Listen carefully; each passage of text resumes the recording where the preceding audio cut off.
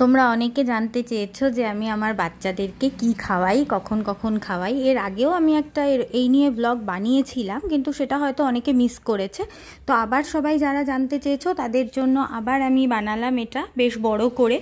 সেটা হচ্ছে যে এই যে সকালবেলায় এই ক্যাট বিস্কুটটা ওরা খায়। ওরা খুব সকালে ঘুম থেকে ওঠে আমারই মতন। আমি 6টা সাড়ে 6টায় ঘুম থেকে উঠে যাই, মানে আমি 6টায় উঠি, 6:30 নাগাদ আমি চাটা খাই।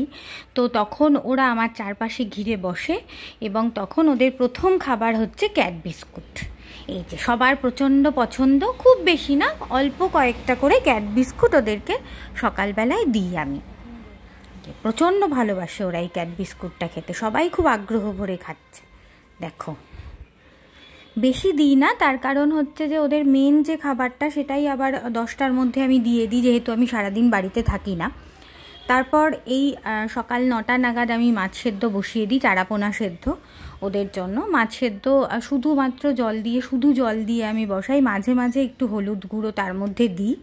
অনেক সময়, বেশিরভাগ সময় শুধু জলে সেদ্ধ করি, একদম শুধু জলে মাছ সেদ্ধ। খুব বেশি হলে কয়েক মিনিট শুধু জলে মাছটা মানে ফোটালেই সেদ্ধ হয়ে যায়। এই যে সামান্য একটু ভাত, এখনো পর্যন্ত বঙ্কুবাবু এবং বংশীবদন এরা দুজন একটু সামান্য ভাত খাচ্ছে, এবং ব্রজ ওদেরকে দেখে, এখন ভাইদের দেখে তার একটু ইচ্ছা হয়েছে বলে ওকে একটুখানি ভাত দিচ্ছি। আসলে এমনিতে কদিন বাদে ওরা যারা এখন ভাত খাচ্ছে তারা কেউই খাবে না, শুধু মাছ সেদ্ধই খাবে।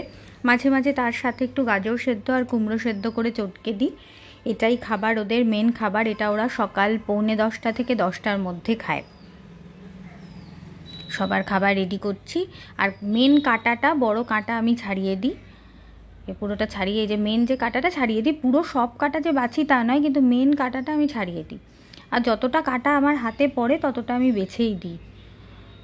বাচ্চাদেরকে তো বিশেষ করে কাঁটা দিই না। এই যে এইভাবে মাখি, আর সেদ্ধ জলটা কিছুটা দিয়ে দিই, আর ওপরে সামান্য কয়েকটা ড্রাই ক্যাট ফুড দিয়ে দিই, কারণ ওদের অনেক বায়না আছে। আর বোনও আবার এই মাছের মুড়োগুলো খেতে প্রচণ্ড ভালোবাসে, ও মুড়োই খায়, ও ছোটোবেলা থেকে তাই খায়, সেই কারণে সেটা দিই। আচ্ছা, আবার হচ্ছে বিকেল 5টা নাগাদ, এই 4:45 থেকে 5টা এর মধ্যে আমি এই 3টে ক্যাট গ্রেভির প্যাকেট, ওয়েট ক্যাট ফুড, এটা আমি 3টে প্যাকেট 5 জনকে ভাগ করে দিই, কারণ আমার 5 জনকে 5টা প্যাকেট খাওয়ানো সামর্থ্য নেই। আমি 3টে প্যাকেট 5 জনকে ভাগ করে দিই, সঙ্গে একটু করে ড্রাই ক্যাট ফুড মিশিয়ে দিই। এটা আমি বিভিন্ন কোম্পানির ঘুরিয়ে ফিরিয়ে খাওয়াই। যেমন আছে আমার বিনোদিনী, যেমন মিয়াওয়েরটা একেবারেই খায় না, সে হুইস্কাস আর পিওর পেটটা খায়। আবার বোনো আর ব্রজ আবার মিয়াওটা ভালোবাসে। বাচ্চাগুলোকেও তো আমি কিটেন ফুড দিই। আমি সবাইকেই বেশিরভাগ সময় কিটেন ফুডই দিই, ক্যাট ফুড দিই না, মানে ড্রাইটাও কিটেন ফুডই দিই, আবার এই ক্যাট গ্রেভিটাও কিটেনই দিই। কিটেন ক্যাট মিশিয়ে এরকম করে 3 প্যাকেট আমি 5টা বাটিতে ভাগ করি, তার সঙ্গে অল্প অল্প করে ড্রাই ক্যাট ফুড মেশাই। এটাই ওদের বিকেলের খাবার। এই যে দেওয়া হচ্ছে, এটা চলছে, খাবার রেডি হচ্ছে। এই আমি কলেজ থেকে ফিরে এই খাবারটা ওদেরকে দিই। এটা হচ্ছে বিনি স্পেশাল। বিনি আবার পিওর পেট ছাড়া কিছু খেতে চান না খুব একটা। হুইস্কাস মাঝে মাঝে খান, বেশিরভাগটা পিওর পেটই খান।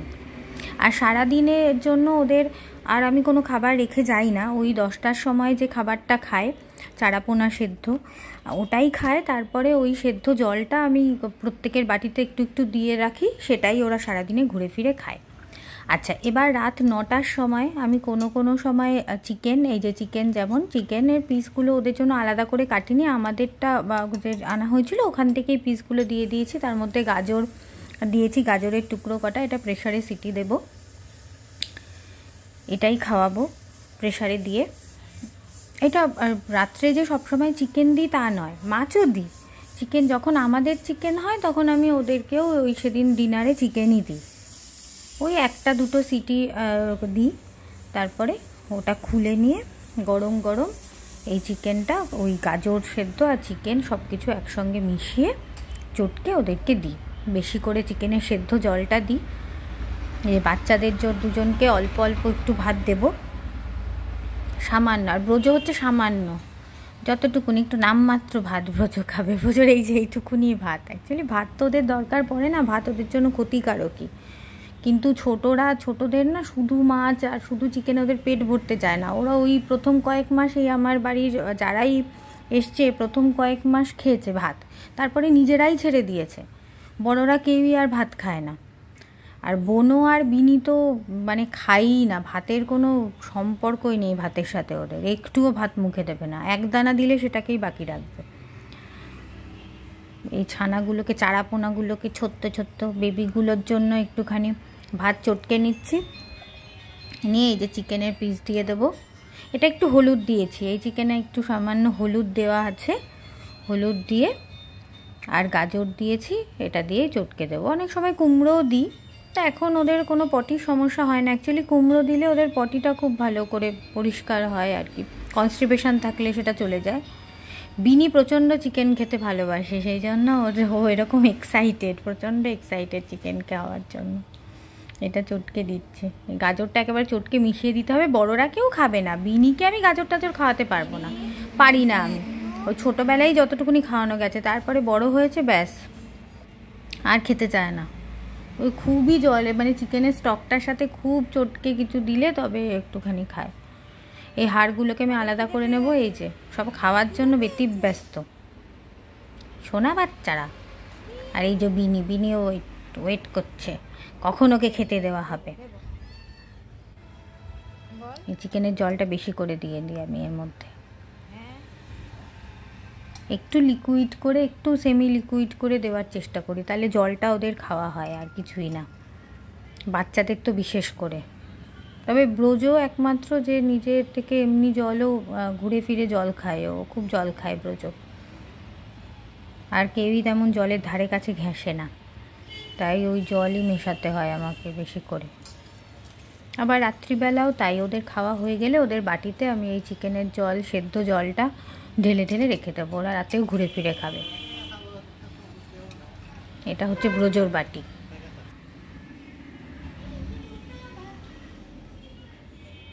এই যে খাবে,